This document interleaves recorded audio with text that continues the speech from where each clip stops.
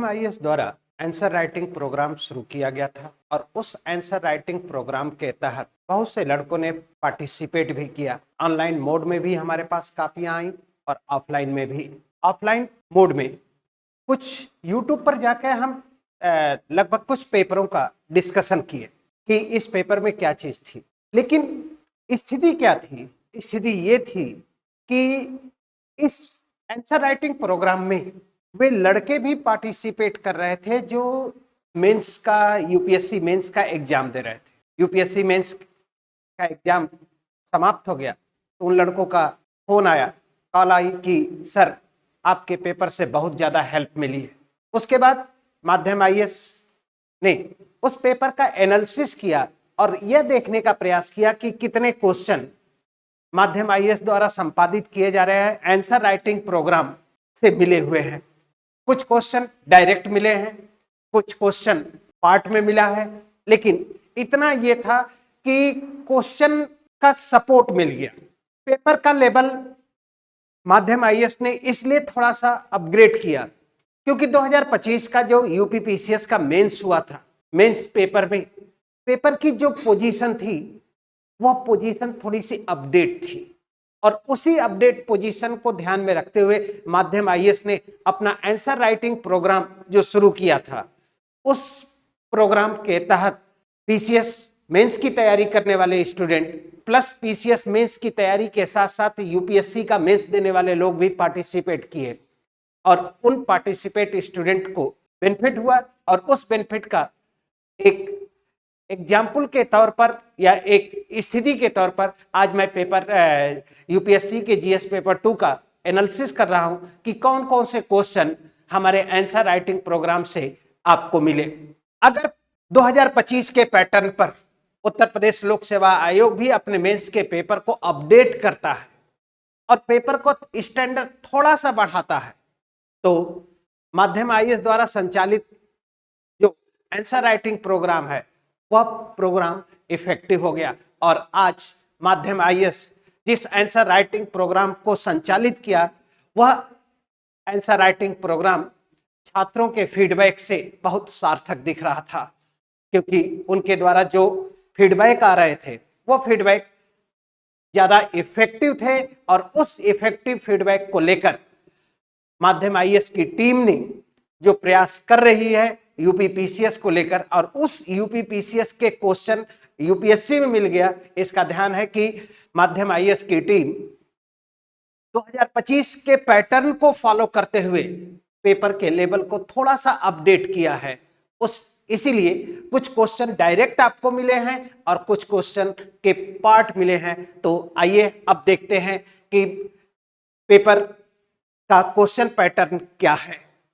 तो ये यूपीएससी यानी यूनियन पब्लिक सर्विस कमीशन द्वारा जो पेपर परसों आपका पेपर 2 है, जीएस पेपर 2, और उस जीएस पेपर 2 में जो क्वेश्चन आए हुए हैं उस क्वेश्चन को अगर हम एनालाइज करें तो ये पेपर माध्यम आईएएस 17 जून को अपना पेपर चलाया था और 17 जून को क्वेश्चन नंबर 1 कि स्वनिर्धारण से संबंधित निजता के अधिकार प्रत्येक व्यक्ति को प्रिय है तथा संविधान के अनुच्छेद 21 में भली भांति संरक्षित है। इस संदर्भ में ट्रांसजेंडर व्यक्ति के अधिकारों को संरक्षण यानी मीन्स कि जो पेपर आंसर राइटिंग प्रोग्राम में था वह पेपर इस पोजीशन में यहां तक आपको मिला, इस जगह तक। ये एक अलग से एक्स्ट्रा पार्ट जोड़ दिया गया ट्रांसजेंडर एक्ट को लेकर, यानी मीन्स कि ये पेपर अगर देखा जाए तो जून 17 का पेपर है। जून 17 का पेपर का अगर देखा जाए तो ये कि निजता के अधिकार जीवन के अधिकार का अभिन्न अंग है, इस कथन के संवैधानिक और न्यायिक परिप्रेक्ष्य में विवेचना कीजिए। अब जीवन के अधिकार को लेकर न्यायपालिका ने टाइम पर बहुत से अधिकारों का वर्णन करती है और उन अधिकारों के वर्णन करने के बाद जब न्यायपालिका ने यह कहा कि जीवन के अधिकार का मतलब सिर्फ जीना नहीं, क्योंकि अगर जीवन के अधिकार का मतलब सिर्फ जीना है तो इस अधिकारों का इंपॉर्टेंस क्या है। इसलिए जीवन के अधिकार का मतलब गरिमापूर्ण जीवन से और गरिमापूर्ण जीवन को लेकर व्यक्ति को वे सभी अधिकार मिलने चाहिए जो व्यक्ति के गरिमापूर्ण जीवन के लिए आवश्यक है।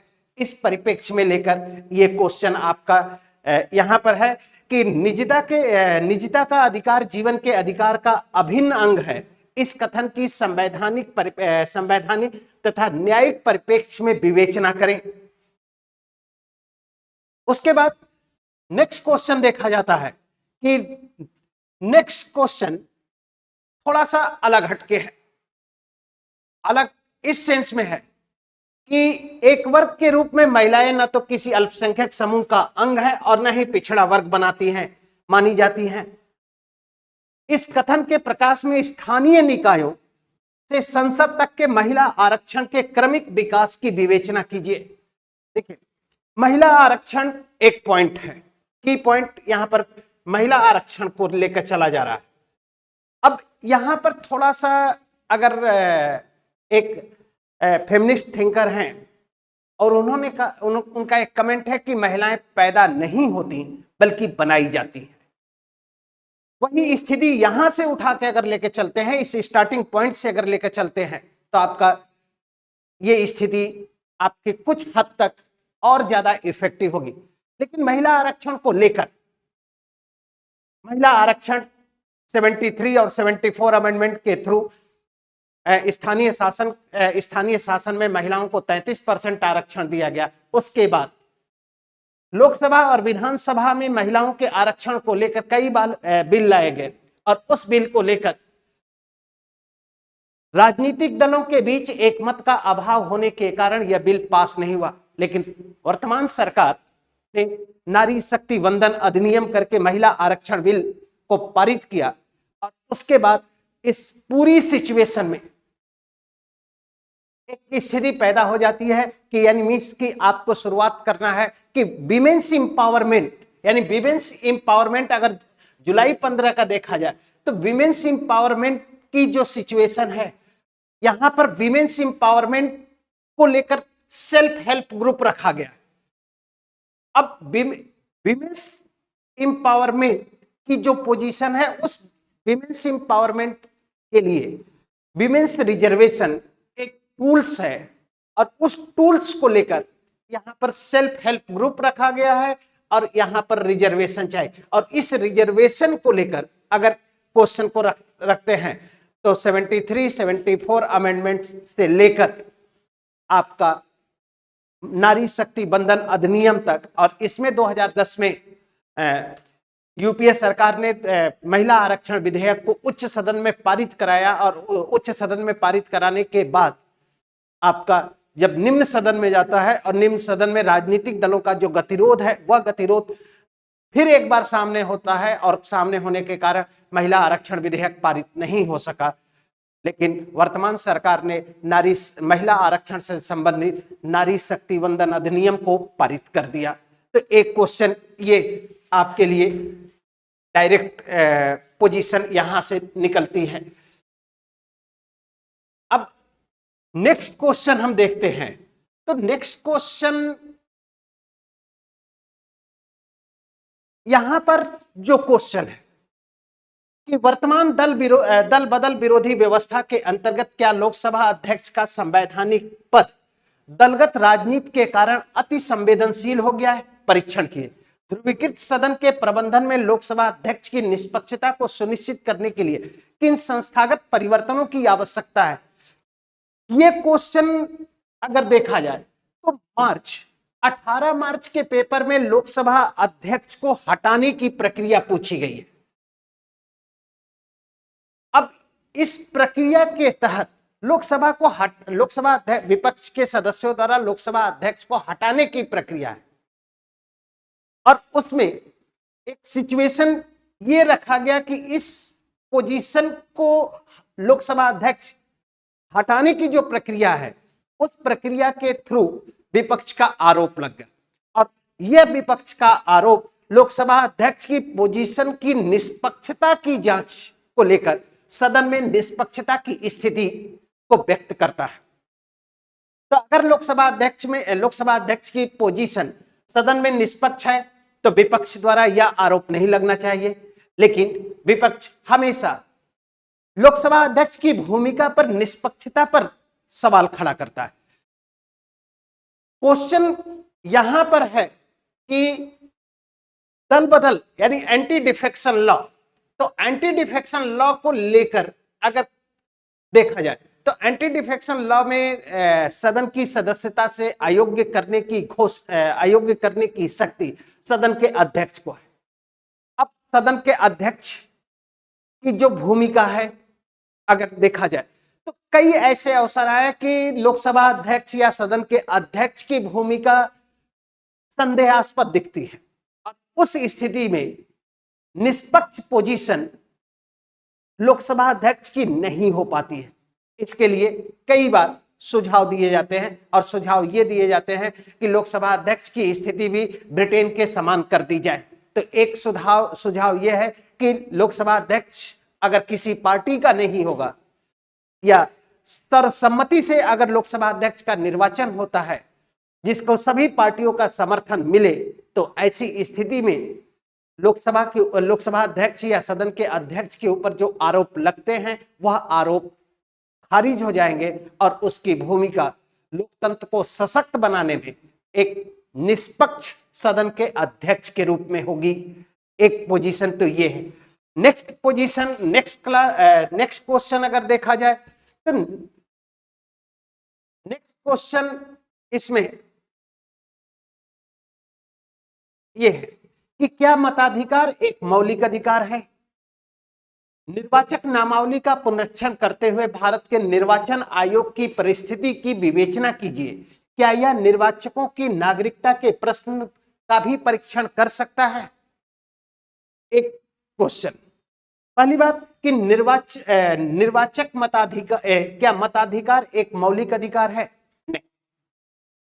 मौलिक अधिकार वे अधिकार हैं जिनका संबंध पार्ट 3 में है और मताधिकार की जो पोजीशन है वह आर्टिकल 3 to 6 में है। एक पोजीशन तो यह है। तो वे अधिकार मौलिक अधिकार होंगे जो पार्ट 3 में, और पार्ट 3 में होने के कारण इसे प्रोटेक्शन 32 और 226 से मिलेगा, यानी मीन सुप्रीम कोर्ट से और यहां पर हाई कोर्ट से। लेकिन यह संवैधानिक अधिकार होने के कारण इसे सिर्फ आर्टिकल 226 से ही प्रोटेक्शन मिलेगा। उसके बाद निर्वाचन आयोग, इनडायरेक्ट क्वेश्चन में इलेक्शन कमीशन की बात हो रही है। जिस संसदीय प्रजातंत्र की स्थापना की गई भारत में उत्तरदायी शासन को सफल बनाने के लिए संसदीय प्रजातंत्र की स्थापना की जाती है और उस संसदीय प्रजातंत्र की सफलता स्वतंत्र एवं निष्पक्ष निर्वाचन पर निर्भर करता है। और स्वतंत्र एवं निष्पक्ष निर्वाचन को संपादित करने के लिए आर्टिकल 3 to 4 के अंतर्गत एक निर्वाचन आयोग की स्थापना की जाती है। अब उस निर्वाचन आयोग का मुख्य दायित्व, मुख्य कार्य स्वतंत्र एवं निष्पक्ष निर्वाचन से संबंधित जितने भी कार्य होते हैं उन सभी कार्यों का संपादन निर्वाचन आयोग करता है। और उसमें निर्वाचक नामावली, चुनाव अधिसूचना जारी करना, किए जाने वाले खर्चों, चुनावों को रद्द करना, उपचुनावों को संपादित करना। उसी में एक काम ये भी है कि निर्वाचक नामावली और वोटर लिस्ट का अधिकार भारत के नागरिकों को दिया गया है, यानी मीन्स कि 326 के तहत भारत के नागरिक को मताधिकार का अधिकार है। तो ऐसी स्थिति पर नागरिकता का जो प्रश्न है वह प्रश्न एक एलिजिबिलिटी रखी गई है नागरिकता का, और उस नागरिकता की जो स्थिति है उस स्थिति के अकॉर्डिंग ये क्वेश्चन आपका खड़ा हो जाता है। तो एक तरीके से देखा जाए तो क्वेश्चन डायरेक्ट या इनडायरेक्ट माध्यम आईएएस जो आंसर राइटिंग प्रोग्राम शुरू किया है और अभी चल भी रहा है और ये 3 अक्टूबर तक चलेगा। 3 अक्टूबर के बाद माध्यम आईएएस का आंसर राइटिंग प्रोग्राम रोक दिया जाएगा और फिर 12 दिसंबर से माध्यम आईएएस अपने सेकेंड फेज का आंसर राइटिंग प्रोग्राम को स्टार्ट करेगा, जिसमें एक नए तरीके से, नए ढंग से फिर क्वेश्चन को एनालाइज किया जाएगा और क्वेश्चन को एनालाइज करने के बाद माध्यम आईएएस और माध्यम आईएएस की टीम पूरे अपने अंतःमनों से पूरी तन्मयता के साथ इस प्रोग्राम को फिर कंटिन्यू करेगा, क्योंकि 3 अक्टूबर के बाद स्टूडेंट के लिए कम से कम 2 महीने का समय पीटी एग्जाम प्रीलिम्स एग्जामिनेशन की होगी, क्योंकि 6 दिसंबर 2026 को यूपी पीसीएस का प्रीलिम्स एग्जामिनेशन है। इसलिए उसी पैटर्न को फिर कंटिन्यू किया जाएगा। इसलिए फर्स्ट फेज में माध्यम आईएएस जो आंसर राइटिंग प्रोग्राम चला रही है, उस प्रोग्राम में सिर्फ वे सेक्शन रखे जा रहे हैं, जैसे कि पॉलिटी सेक्शन है, आपका हिस्ट्री है, ज्योग्राफी है, यूपी स्पेशल है। ये सब ऐसे टॉपिक रखे गए, माध्यम आईएएस की टीम ने रखी, जिसका मेन मोटो था कि कम से कम 150 क्वेश्चन में आप 80 क्वेश्चन के अराउंड प्रीलिम्स के क्वेश्चन को टेकल कर ले। ये उद्देश्य माध्यम आईएएस का था और माध्यम आईएएस का यह प्रयास आज बहुत सार्थक दिख रहा है, क्योंकि माध्यम आईएएस के पूछे गए क्वेश्चन जो आंसर राइटिंग प्रोग्राम में पूछे गए, डायरेक्ट या इनडायरेक्ट, कुछ क्वेश्चन तो बहुत डायरेक्ट आ चुके हैं, कुछ क्वेश्चन इनडायरेक्ट आए हैं। कमोवेश कुल मिलाकर 10.5 से 11 क्वेश्चन आपसे माध्यम आईएएस के पेपर से मिले। और जो स्टूडेंट हमारे यहाँ पार्टिसिपेट कर रहे थे आंसर राइटिंग प्रोग्राम में, और वे स्टूडेंट जो यूपीएससी भी दे रहे थे, मेंस भी दे रहे थे, उनका जो फीडबैक आया, उस फीडबैक से माध्यम आईएएस की टीम का हौसला और बुलंद हो गया और पूरा पुनः उसी प्रयास से अपने इस कार्यक्रम को संचालित कर रहा है। तो आगे चलते हैं, फिर देखते हैं कि कौन सा क्वेश्चन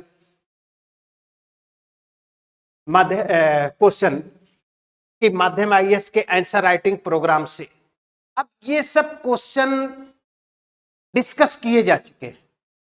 अब ये सब ऐसे क्वेश्चन हैं, जब नेक्स्ट फेज का जो स्ट्रक्चर आएगा, नेक्स्ट फेज की जो पोजीशन आएगी, वहां से जब क्वेश्चन पूछे जाएंगे, तब इस फेज को, क्योंकि फर्स्ट फेज में पॉलिटी के अंतर्गत उन क्वेश्चन को इंपॉर्टेंस दिया गया जो करंट के बेस पर थे, जो करंट की इश्यूज पर थे। इसलिए आगे की पोजीशन ये समकालीन शासन व्यवस्था में भारतीय सिविल सेवाओं के सामान्य संरचना के लाभों और सीमाओं का विश्लेषण कीजिए। ये माध्यम आईएएस ने 2025 में सिमुलेशन टेस्ट कराया था 18 मार्च में। लड़कों की डिमांड थी, और डिमांड क्या थी कि सर आपका इंटरव्यू प्रोग्राम बहुत अच्छा चल रहा है, आपके इंटरव्यू में आपके यहाँ टीम में या बोर्ड के पैनल, मॉक इंटरव्यू के जो बोर्ड पैनल था, क्वेश्चन का लेवल बहुत अच्छा पूछा जा रहा है। इसलिए हम लोग 2025 का मेंस भी दे रहे हैं, और उस मेंस के लिए आप एक सिमुलेशन टेस्ट करा दीजिए। उस टेस्ट को बहुत चैलेंज के साथ, यानी टीम ने बहुत चैलेंज के साथ इस स्टूडेंटों की डिमांड को एक्सेप्ट किया, और उसका रिजल्ट हुआ कि सिमुलेशन से हर पेपर में कुल मिलाकर 35% क्वेश्चन पूछे गए, और जीएस पेपर 2 में 20 में से 6 क्वेश्चन डायरेक्ट। इसलिए आप अगर उसको देखना है, उसका फीडबैक देखना है, तो उसका वीडियो उस समय रिकॉर्ड किया गया था जब 2025 का पेपर हुआ था, तो उसमें आप जाके देख सकते हैं कि यूट्यूब पर पड़ा है कि कितने क्वेश्चन डायरेक्ट पूछे गए।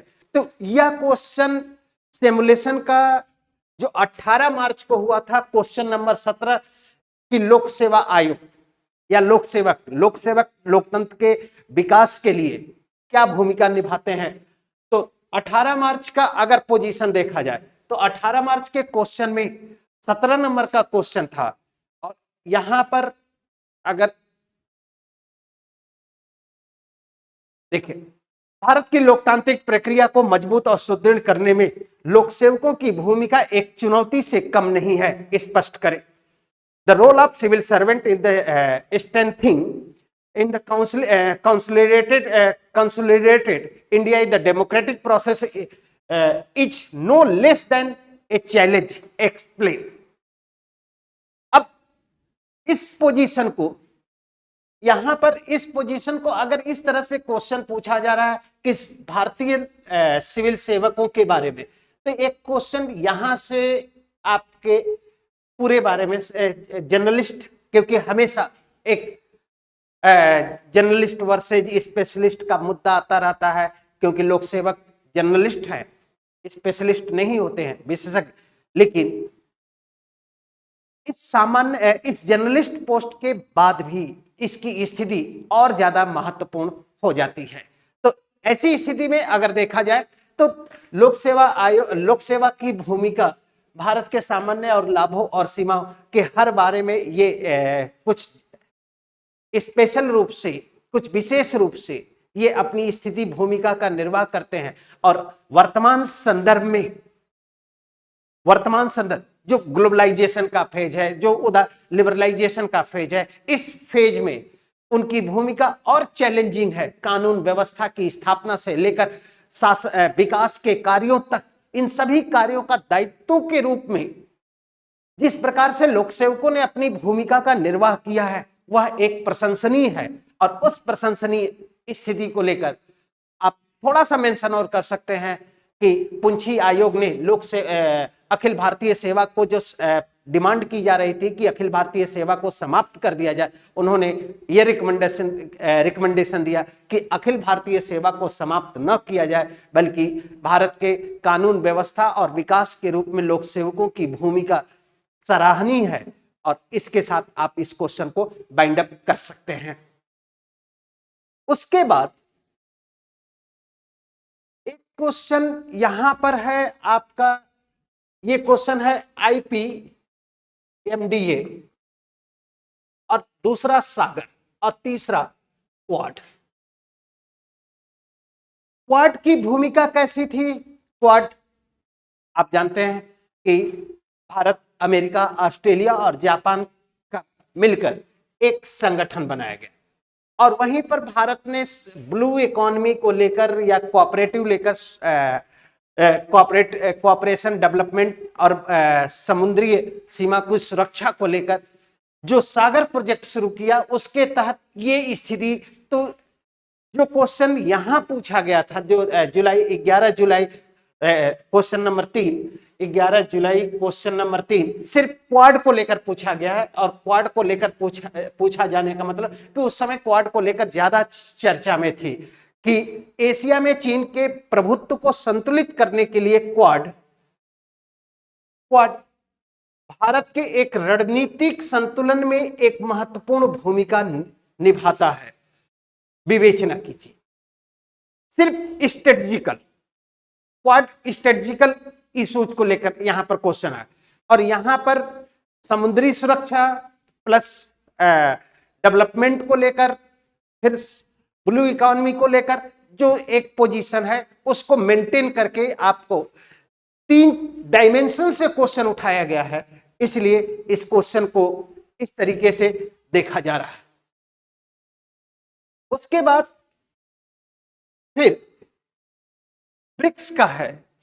ब्रिक्स वैश्विक शासन में एक शक्तिशाली संतुलन के रूप में कार्य करता है, जो वैश्विक दक्षिण की आवाज और प्रभाव को सक्रिय रूप में प्रबल बनाता है। ब्रिक्स की भूमिका को समझाते हुए स्वयं को अन्य समूहों के विकल्प में कैसे प्रस्तुत करता है। अब यहां पर भी सिमुलेशन का टेस्ट, सिमुलेशन में क्वेश्चन नंबर 18 में ब्रिक्स से क्वेश्चन बनाया गया। ब्रिक्स से क्वेश्चन बनाने का मतलब कि अमेरिका द्वारा भारत के ऊपर जो सैंक्शन लगाए जा रहे थे, उस सैंक्शन के काउंटर को लेकर भारत, जो ब्रिक्स का संस्थापक सदस्य भारत है, तो ब्रिक्स के संस्थापक सदस्यों में भारत, रूस, चीन, साउथ अफ्रीका और ब्राजील, ये संस्थापक सदस्य हैं।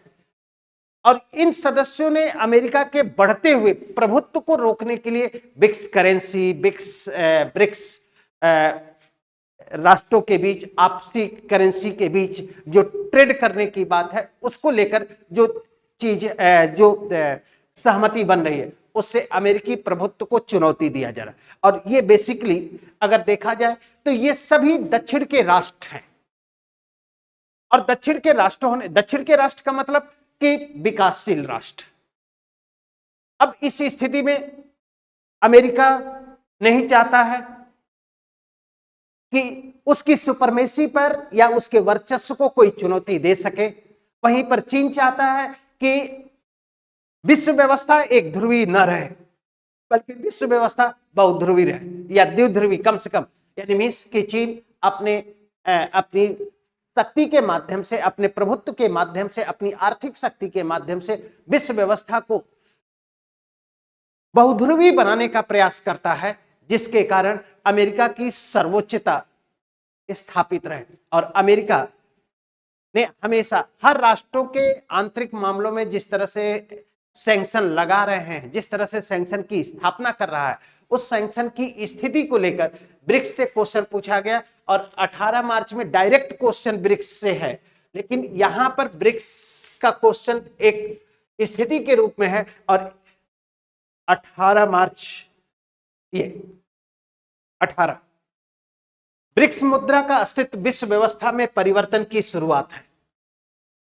क्वेश्चन ठीक वही, क्योंकि दक्षिण के राष्ट्र ये नहीं चाहते हैं कि डॉलर में व्यापार, वो चाहते हैं कि अमेरिकी प्रभुत्व को कम करने के लिए वे अपनी करेंसी में व्यापार कर डॉलर के वर्चस्व को कम करना चाहते हैं।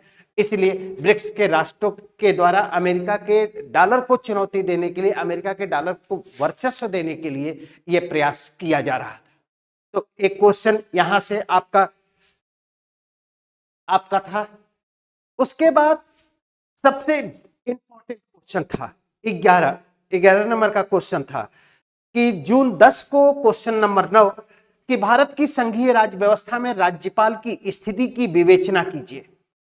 राज्य विधायिका द्वारा पारित विधेयक पर अनुमति देते समय उसकी शक्ति की प्रकृति कैसी है? क्या वह अपने सभी कार्यों में अपनी मंत्रिपरिषद की सहायता व सलाह से बाध्य है? अगर इस क्वेश्चन को हम माध्यम आईएएस के आंसर राइटिंग प्रोग्राम को देखें तो जून 10 जून का पेपर और क्वेश्चन नंबर 9, यहां पर देखिए, भारतीय संविधान द्वारा राज्यपाल को प्रदान की गई विवेकीय शक्तियों का समालोचनात्मक विश्लेषण कीजिए। अब क्वेश्चन ठीक वही है, क्योंकि विधानसभा में बहुमत दल का ही मंत्रिपरिषद होती है, और अगर राज्यपाल मंत्रिपरिषद की सलाह से काम करेगा तो विधानसभा द्वारा पारित किसी भी विधेयक को क्या सत्ता पक्ष ये चाहेगी कि राज्यपाल उसे राष्ट्रपति के लिए आरक्षित करे? क्या सत्ता पक्ष ये चाहेगा कि प्रदेश के शासन व्यवस्था के संचालन के संबंध में रिपोर्ट जो 356 को लगाने के लिए होगी वह राज्यपाल देगा? इसका मतलब कि संविधान राज्यपाल को कुछ ऐसी शक्तियां देता है जिसको यह कहा जाता है डिस्क्रिशनरी पावर, और इस डिस्क्रिशनरी पावर को राज्यपाल मंत्रिपरिषद की सिफारिश से नहीं बल्कि स्वविवेक से इस शक्ति का प्रयोग कर सकता है। और इस शक्ति के प्रयोग को लेकर राज्यपाल से किसी भी न्यायालय में राज्यपाल के ऊपर प्रश्न खड़ा नहीं किया जा सकता। क्वेश्चन ठीक वही है, बस यहां पर उस पावर को, वहां पर पावर पूछा जा रहा है कि वह शक्ति है कौन, और यहां पर वह पावर डिफाइन कर दिया गया कि यह पावर विवेकीय शक्ति कहलाती है। और इस विवेकीय शक्ति को लेकर यह क्वेश्चन आपसे पूछा जा रहा है। नेक्स्ट क्वेश्चन है कि न्यायिक विधायन से क्या तात्पर्य है? इसके संदर्भ में उच्चतम न्यायालय द्वारा निष्क्रिय इच्छा मृत्यु तथा अग्रिम चिकित्सा निर्देशों के इच्छा पत्र की अनुमति देने वाले निर्णयों की विवेचना कीजिए। देखिए, ये क्वेश्चन पूछा गया था, लेकिन पेपर भी प्रिपेयर हो गया, लेकिन लखनऊ में 22 जून की जो घटना हो गई अग्निकांड, उसके कारण यह पेपर नहीं संपादित कराया जा सका। लेकिन इस पेपर को लड़कों की डिमांड से ऑफलाइन क्लास में पूरा का पूरा डिस्कस भी किया गया, क्योंकि हर्षित राणा का केस एकदम ज्वलंत इशू था और उस इशू के कारण इच्छा मृत्यु को लेकर एक डिस्कशन भी हुआ था, राइट टू लाइफ को लेकर, क्योंकि अगर मृत्यु है तो जीवन है, जीवन है तो मृत्यु है। इसलिए उस पेपर को नहीं, लेकिन इस पेपर को रखा गया एक्टिव और पैसिव इथोनेशिया के बाद हरीश राणा का जो मामला था उसी को लेकर यह क्वेश्चन पूछा गया था। नेक्स्ट क्वेश्चन है, भारत के संघीय ढांचा कहां तक क्षेत्रीय और सांस्कृतिक विविधताओं को समायोजित करने में सफल रहा? असमान संघवाद की भूमिका पर प्रकाश डालिए और एवं विवाद के समाधान को और अधिक प्रभावी बनाने के लिए उपायों पर चर्चा। ये जुलाई 15 का पेपर है, क्वेश्चन नंबर 14। जुलाई 15 का पेपर है, question number 14। What is the asymmetric federalism? Discuss the constitutional provision made by the asymmetric federalism in the Indian constitution. असमित संघवाद क्या है? भारतीय संविधान में असमित संघवाद के लिए क्या क्या प्रावधान किए गए हैं, विवेचना कीजिए। तो अगर ये देखा जाए कि असमित संघवाद का मतलब कि एक ऐसा संघवाद जिसकी स्थिति इकाइयों की भिन्न भिन्न है, जैसे कि आर्टिकल 371 स्पेशल स्टेटस, 2019 के पहले 370, 5th and 6th schedule plus Chhattisgarh, Jharkhand और उड़ीसा राज्य मंत्री परिषद में एक एक मंत्री शेड्यूल ट्राइब का होना जरूरी है। तो इन सब स्थिति के कारण जो इकाइयों की संख्या है, इकाइयों की जो स्थिति है वह सब एक जैसी नहीं है और उसी को असीमित संघवाद कहा जाता है। तो यहां पर जो क्वेश्चन है वह क्वेश्चन ठीक उसी प्रकार से है कि भारत के संघीय ढांचा कहां तक तथा क्षेत्रीय और सांस्कृतिक विविधताओं को समायोजित करने में सफल रहा। असमान संघवाद की भूमिका पर प्रकाश डालिए एवं विवाद समाधान के तंत्र को और अधिक प्रभावी बनाने के लिए उपायों को सुझाइए। अब इस पूरी स्थिति को, इस पूरी सिचुएशन को इस तरीके से अगर देखा जाता है तो क्वेश्चन डायरेक्ट पूरा का पूरा उसी तरह से क्वेश्चन रखा गया जैसा कि है। उसके बाद नेक्स्ट क्वेश्चन अगर हम देखते हैं कि नेक्स्ट क्वेश्चन कैसा है, नेक्स्ट क्वेश्चन ये क्वेश्चन कि भारत में शक्ति पृथक्करण को संयुक्त राज्य अमेरिका के कठोर अध्यक्षीय मॉडल की तुलना में कैसे व्यवहार में लाया जा सकता है, परीक्षण कीजिए। इस प्रसंग में भारतीय प्रधानमंत्री की वास्तविक सत्ता की संयुक्त राज्य अमेरिका के राष्ट्रपति से तुलना कीजिए। 13 जून का पेपर है और 13 जून का पेपर क्वेश्चन नंबर 10, इसका पेपर 13 जून के पेपर में क्वेश्चन नंबर 10 है। आप देख सकते हैं कि क्वेश्चन नंबर 10 कि शक्ति पृथक्करण का सिद्धांत क्या है, भारतीय संविधान में यह सिद्धांत किस रूप में समाहित है, जबकि भारतीय संविधान शक्ति पृथक्करण के उद्देश्यों को स्थापित करता है, परीक्षण की। अब इस पूरी स्थिति को क्लास में भी डिस्कस किया जाता है। डिस्कशन पेपर यूट्यूब पर आप जाके देख सकते हैं, यह पेपर डिस्कशन में है। शुरुआत के 3 पेपर यूट्यूब पर लाइव डिस्कशन हुआ था और इसमें यह पेपर डिस्कस किया गया कि शक्ति पृथक्करण का सिद्धांत क्या है और सिद्धांत को लेकर इस तरह से क्वेश्चन पूछे। अब इसमें थोड़ा सा आप अगर एक्स्ट्रा एफर्ट लगा देंगे तो क्वेश्चन बहुत अच्छा हो जाता है, क्योंकि स्वतंत्रता के पश्चात भारत में शासन व्यवस्था के संचालन को लेकर एक डिबेट चल रही थी कॉन्स्टिट्यूएंट असेंबली में। कुछ सदस्यों का मानना था कि आर्थिक रूप से पिछड़े हुए राज्य के रूप में अगर स्वतंत्र हुआ है भारत, तो आर्थिक विकास भारत का मुख्य उद्देश्य है और यह आर्थिक विकास तब तक पूरा नहीं होगा जब तक कि राजनीतिक व्यवस्था स्थायी नहीं हो, और स्थायी राजनीतिक व्यवस्था अमेरिका का अध्यक्षीय शासन प्रणाली ही दे सकता। लेकिन संविधान सभा के सदस्यों यानी अधिकांश सदस्य जो बहुमत में थे, उन्होंने कहा कि भारत जैसे देश में जो अभी राजनीतिक व्यवस्था की दृष्टि से एक नया राजनीतिक व्यवस्था, एक न्यू पॉलिटिकल पार्टी है, न्यू पॉलिटिकल सिस्टम है, और उस सिस्टम में अनएक्सपीरियंस्ड पर्सन का मतलब कि लगभग 1200 वर्षों तक भारत के लोग राजनीतिक व्यवस्था में प्रत्यक्ष रूप में पार्टिसिपेट नहीं करते हैं, इसलिए पॉलिटिकली अनएक्सपीरियंस्ड हैं। और पॉलिटिकली अनएक्सपीरियंस्ड है तो ऐसी स्थिति में अगर अमेरिका का अध्यक्षीय शासन प्रणाली को अपनाया जाता है तो उन उद्देश्यों को पूरा नहीं किया जा सकता जिन उद्देश्यों को लेकर राष्ट्रीय आंदोलन में पार्टिसिपेट किया। इसलिए संविधान सभा के सदस्यों ने बहुमत के साथ अध्यक्षीय शासन प्रणाली के स्थान पर संसदीय शासन प्रणाली की स्थापना की।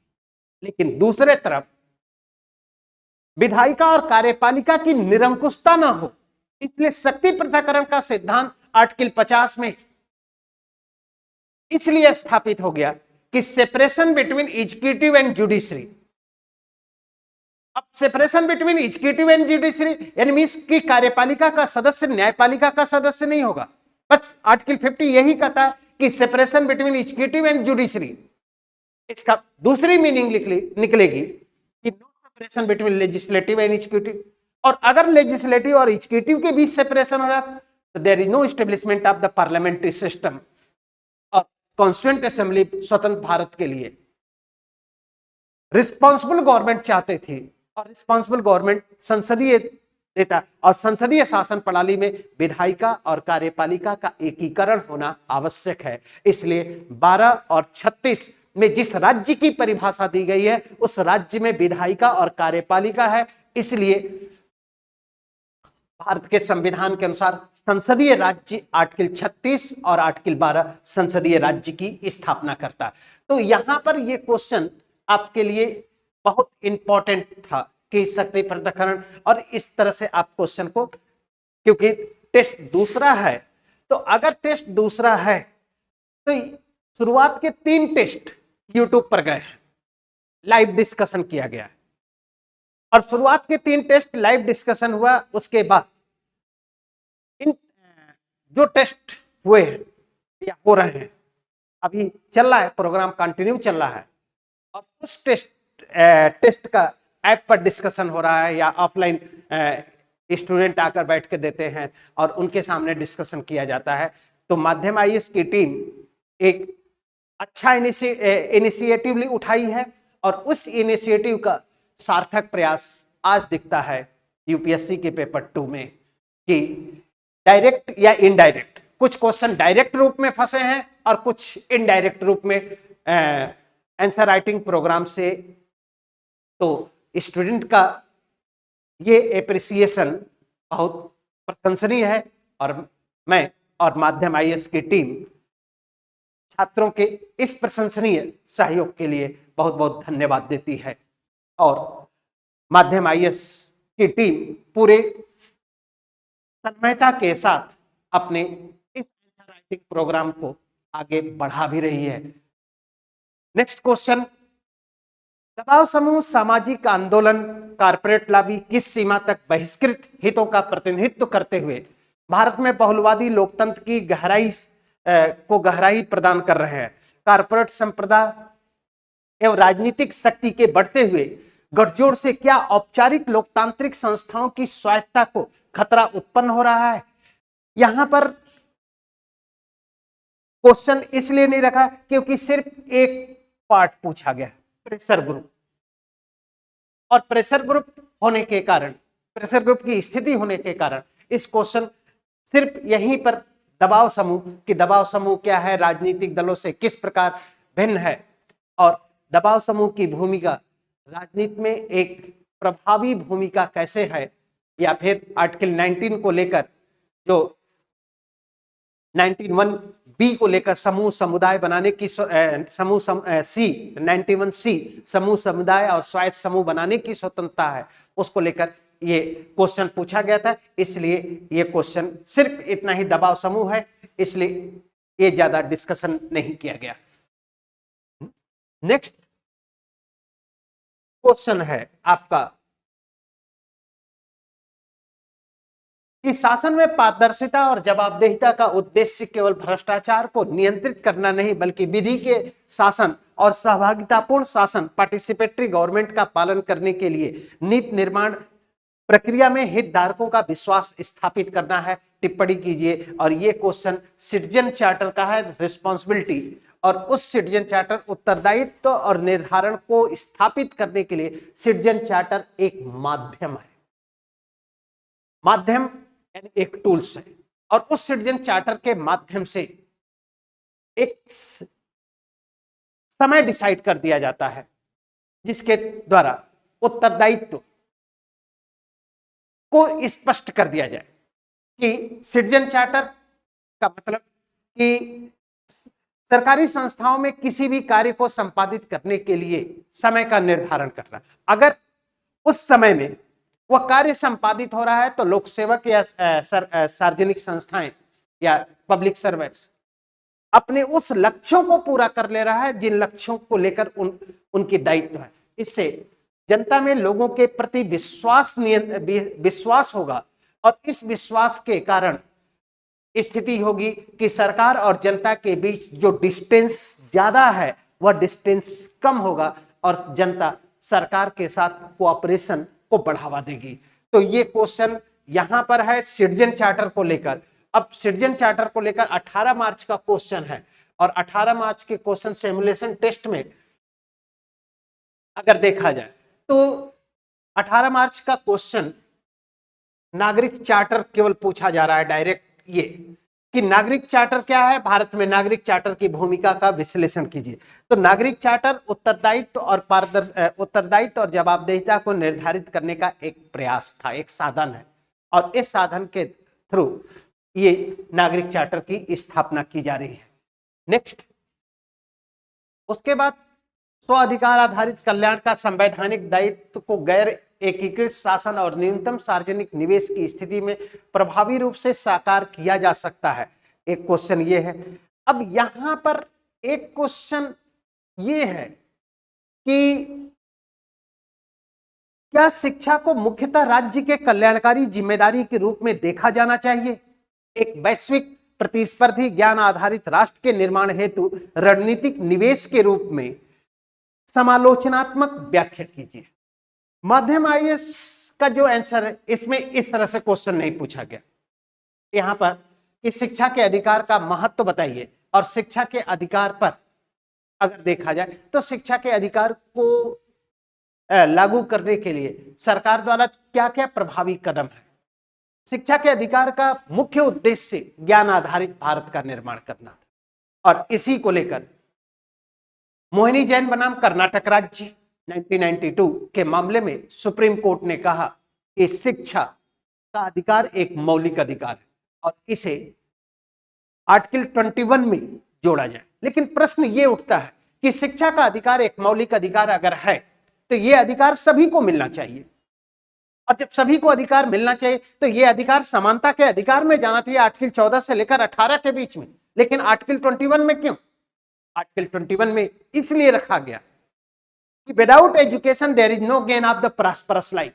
शिक्षा के अभाव में व्यक्ति का जीवन गरिमापूर्ण नहीं हो सकता।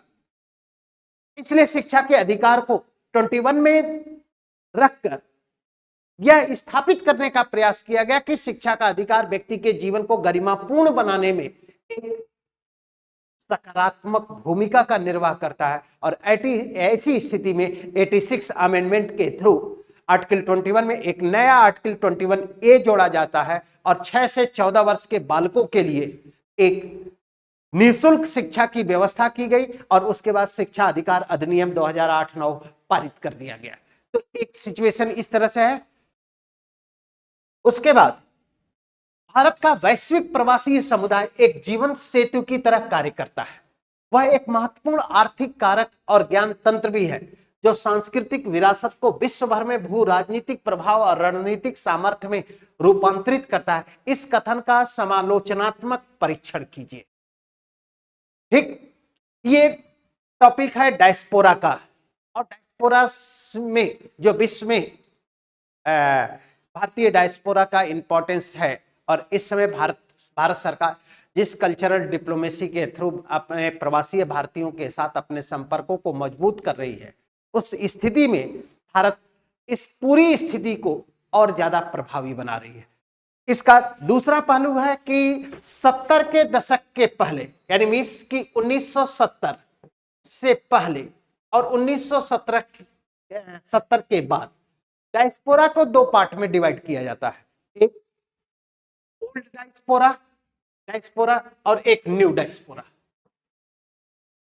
ओल्ड डायस्पोरा है टैक्सी ड्राइवर है और मजदूर, न्यू डायस्पोरा है साइंटिस्ट है, डॉक्टर हैं, आपके बिजनेसमैन हैं और तमाम कैपिटलिस्ट हैं, ये न्यू डायस्पोरा।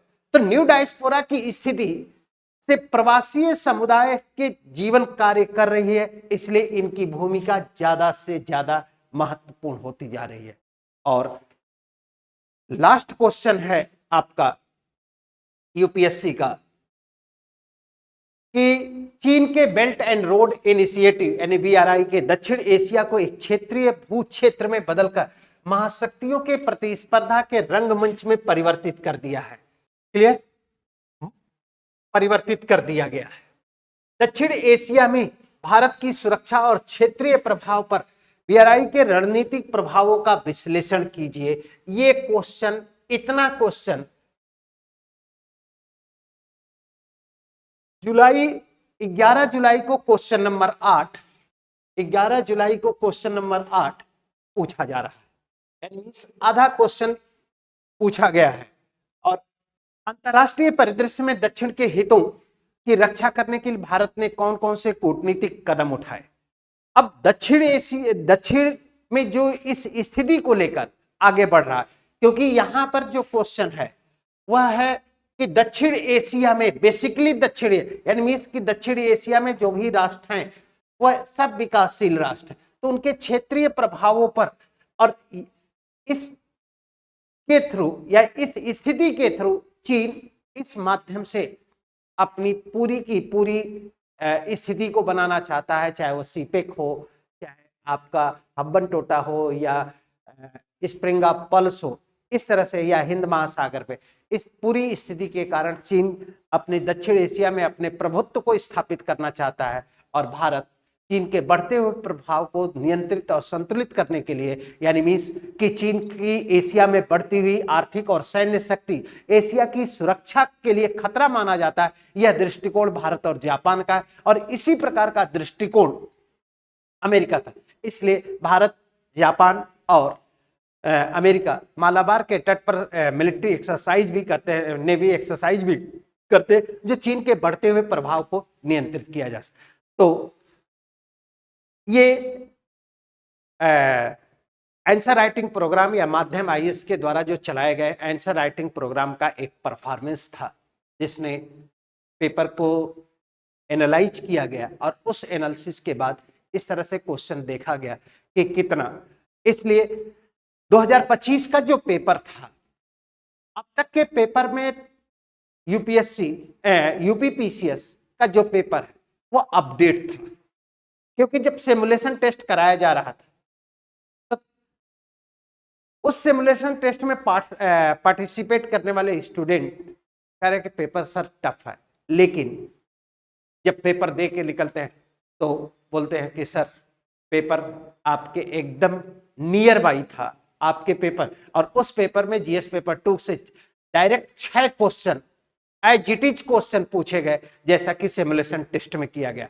कुल मिलाकर जितने भी पेपर सिमुलेशन टेस्ट यानी हिंदी, एस्से, GS paper 1, GS paper 2, GS paper 3, GS paper 4 और UP स्पेशल पेपर 5 एंड 6 को मिला दिया जाए तो कुल मिलाकर 35% यानी मीन्स कि 35% अगर नंबर का सपोर्ट हो रहा है तो माध्यम IAS की टीम का जो प्रयास था बहुत कम दिनों में, यानी मात्र 2 दिनों में स्टूडेंट की डिमांड पर माध्यम IAS और माध्यम IAS की टीम ने पूरी तन्मयता के साथ दिन रात एक करके जिस प्रकार से पेपर का प्रिपरेशन कराया, और वो भी पेपर इस तरह से पेपर किया जिससे कि स्टूडेंट को सफलता मिल सके। और उसको उसी के बिहाफ पर जब माध्यम आईएएस ने अपने आंसर राइटिंग प्रोग्राम को संचालित किया और उसका इम्पैक्ट आज सार्थक दिखाई पड़ रहा है, आज प्रभावी दिखाई पड़ रहा है। जब पीसीएस के पेपर, क्योंकि पीसीएस के पेपर माध्यम आईएएस की टीम उसी 2025 के पैटर्न को फॉलो करते हुए थोड़ा सा अपग्रेड और पोजीशन को ऊपर करके पेपर बना रही है या पेपर का एग्जाम करा रही है। और इस समय के पेपर में पार्टिसिपेट करने वाले स्टूडेंट भी ये ब्लेम लगाते हैं, आरोप लगा कि पेपर सर थोड़ा सा अलग हटके है, अब डिफिकल्टी लेवल थोड़ा सा पहले की तुलना में। लेकिन माध्यम आईएएस की टीम स्टूडेंट से यही कहती है कि मान लीजिए कि 2025 से पेपर अगर थोड़ा सा अपडेट कर लें तब आप लोग क्या करेंगे। तो लड़कों का एप्रिसिएशन बहुत सराहनीय रहा और इस सराहनीय का रिजल्ट यूपीएससी के पेपर में दिखा कि पीसीएस का पेपर का स्टैंडर्ड यूपी पीसीएस के जो आंसर राइटिंग प्रोग्राम है वह पेपर थोड़ा सा अपडेट करके डायरेक्ट, इसीलिए कुछ चीजें आ रही हैं, कुछ चीजें हट जा रही हैं। तो ये रहा जीएस पेपर 2 का डिस्कशन और जीएस पेपर 2 के डिस्कशन में इस तरह का परफॉर्मेंस है।